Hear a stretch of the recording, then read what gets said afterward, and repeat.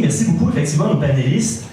Moi, ce que je retiens de tout ça, c'est que le projet de la réforme du mode de scrutin, non seulement c'est possible, ça s'est fait ailleurs, c'est souhaitable, et c'est déjà fait beaucoup. Moi, vraiment, de prendre la présidence du MDN, comme je l'ai fait il y a 1 an et demi maintenant, moi, je sens que je suis le fier héritier d'un travail qui s'est fait depuis des décennies. On a eu tout à l'heure quelqu'un qui a pris le micro, et je crois que c'est important de le souligner.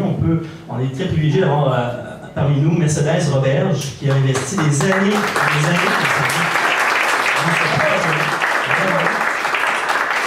c'est vrai qu'il faut reconnaître tout ce qui a été fait, parce qu'il y a énormément de travail. Monsieur Clich soulignait toutes les démarches qui ont été faites, le travail qui a été fait par les mouvements citoyens, le MDN entre autres, avec toutes ces années de dur labeur, notamment avec une proposition, effectivement, Mercedes le soulignait, une proposition, un modèle de mode de scrutin. Et je voudrais rassurer les gens quand on dit est-ce qu'on a de l'essoufflement? Ben moi, je peux vous dire que jeudi de cette semaine, j'étais à l'Assemblée de la Fédération autonome de l'enseignement. On a Alain Marois, leur président, qui est ici. Et suite à la présentation que j'ai faite, la Fédération autonome de l'enseignement a voté pour se joindre au MDN. Donc, vous voyez, il y a encore des démarches qui se font. Il y a encore des mouvements qui se joignent à la dynamique. Et ça va poursuivre parce qu'on a un maudit beau projet. C'est un projet qui nous permet de pouvoir croire davantage en la démocratie. C'est un projet qui est réaliste, qui est faisable, qui s'est fait ailleurs et qu'on peut croire aussi que ça puisse se réaliser ici. Je crois que c'est Mme Conradi qui disait on n'est pas, je le dis dans mes mots, on n'est pas plus con qu'ailleurs dans le monde. Hein. S'il y a d'autres endroits dans le monde où ça s'est fait, pourquoi pas au Québec? Pourquoi pas au Québec réaliser un projet comme ça qui pourrait être tellement porteur, qui pourrait tellement redonner le goût à la démocratie, qui pourrait tellement permettre à des gens de se dire je peux aller voter et sentir que mon vote compte réellement. Est-ce qu'on n'aurait pas des gens qui iraient davantage voter à ce moment-là? Moi, je le crois. Ça permettrait, selon moi, de résoudre plein d'enjeux parce que la réforme du mode de scrutin, c'est l'enjeu des enjeux. C'est l'enjeu qu'une fois qu'on l'aura réglé, tous les autres enjeux, que ce soit les enjeux environnementaux, sociaux, économiques même, vont permettre d'avoir leur juste voix ou à l'endroit où se prennent les décisions à l'Assemblée nationale. Alors réellement, c'est un projet, moi, que j'y crois. Vraiment, je voudrais souligner aussi des différents partenaires qui y croient également. On a des représentants ici, notamment du milieu syndical. Je voyais Dominique Dagneault, donc la présidente du Conseil central Montréal métropolitain. Il y a Jeff Begley de la Fédération de la santé et des services sociaux également, qui est ici avec ses collègues Philippe Crevier et Hubert Forcier. On a aussi des représentants, bon, je l'ai dit, Alain Marois, de la Fédération autonome de l'enseignement. Mais je veux dire que cette démarche et la journée d'aujourd'hui, elle s'inscrit dans une démarche aussi sur du long terme. Ça fait des mois qu'on a commencé à faire des rencontres pour préparer la démarche dans laquelle ça s'inscrit. Il y a eu des représentants de la CSN au niveau national, de la FTQ, on a eu des gens de la CSQ également qui se sont impliqués, des gens de la FEUC, de la FEC, le mouvement étudiant, les forums jeunesse. On a Marie-Laure Landais qui est ici du Forum jeunesse de l'île de Montréal. Merci beaucoup Marie-Laure. Donc vraiment, l'idée, c'est de regrouper les forces vives de la société civile, mais les gens de tous les... Et entre autres, je voudrais souligner, j'ai vu à l'arrière, on a Éric Duhem qui s'est joint à nous également, je voudrais le saluer, merci beaucoup d'être ici, pour démontrer que si ce projet-là peut fonctionner, c'est parce qu'on va réussir à mobiliser des gens de tous les horizons politiques. Parce que ce n'est pas une affaire strictement de la gauche, c'est une affaire qui doit rejoindre tout le monde, et c'est ça vraiment, dans cette démarche dans laquelle on doit s'inscrire. Alors, on arrive à la pause du midi. Je vous invite assurément à revenir après la pause du midi. Je ne veux pas vous rester sur votre faim comme ça. Allez combler la faim, mais revenez du moins pour continuer nos échanges, parce que cet après-midi, on passe à l'action. Cet après-midi, c'est là qu'on va voir qu'est-ce qui se fait à partir d'aujourd'hui. Parce que oui, il y a le temps pendant les élections, la campagne électorale maintenant. Il va y avoir le temps après la campagne électorale. Quel va être le résultat de cette campagne électorale? Et là, ça va pouvoir jouer pour beaucoup aussi. Si on voit qu'il y a un résultat qui a des écarts, comme il risque probablement d'y en avoir, il y a quelque chose, il y a un momentum à saisir, sinon on est pris pour attendre à la prochaine campagne. Il y a quelque chose à faire maintenant, et c'est le temps est venu de le faire.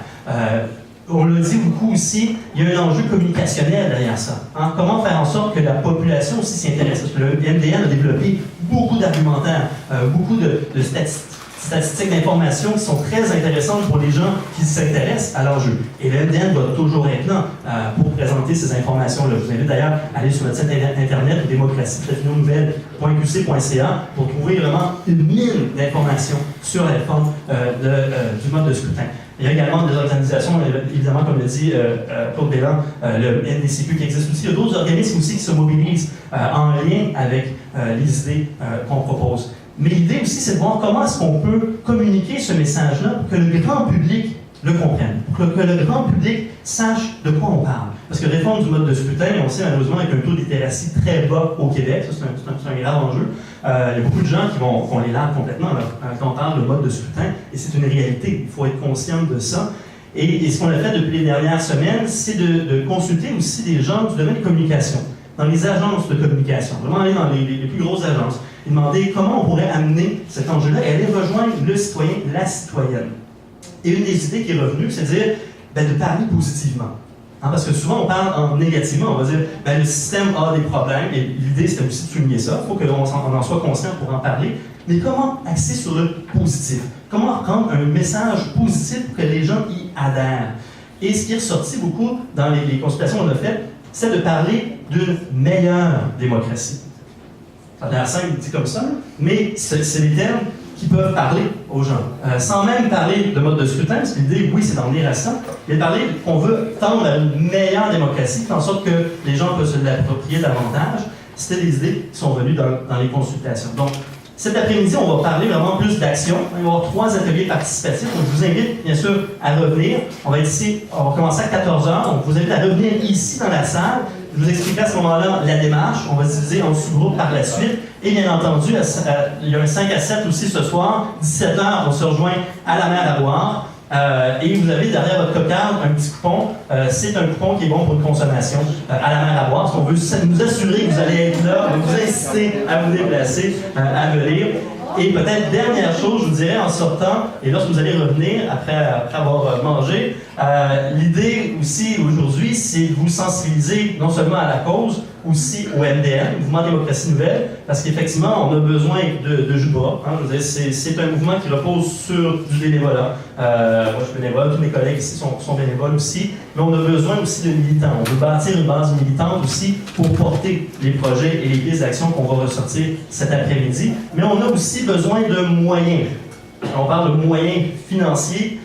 Certains d'entre vous ont sûrement déjà contribué, mais moi, vraiment, j'incite tout le monde, et je vais les rappeler également cet après-midi, mais s'il y avait moyen qu'on puisse tous mettre un 5 $, un 10 $, un 20 $ par mois pour la cause de la réforme du mode de scrutin, si on y croit, ça peut faire une très grosse différence, parce que ça peut permettre à un mouvement comme le nôtre, par exemple, d'avoir une permanence à temps partiel. Ce qui changerait totalement la donne, parce qu'on a besoin d'avoir une ressource qui peut faire le suivi, qui peut relancer les gens, d'avoir des mobilisations dans les différentes régions, dans les différents réseaux.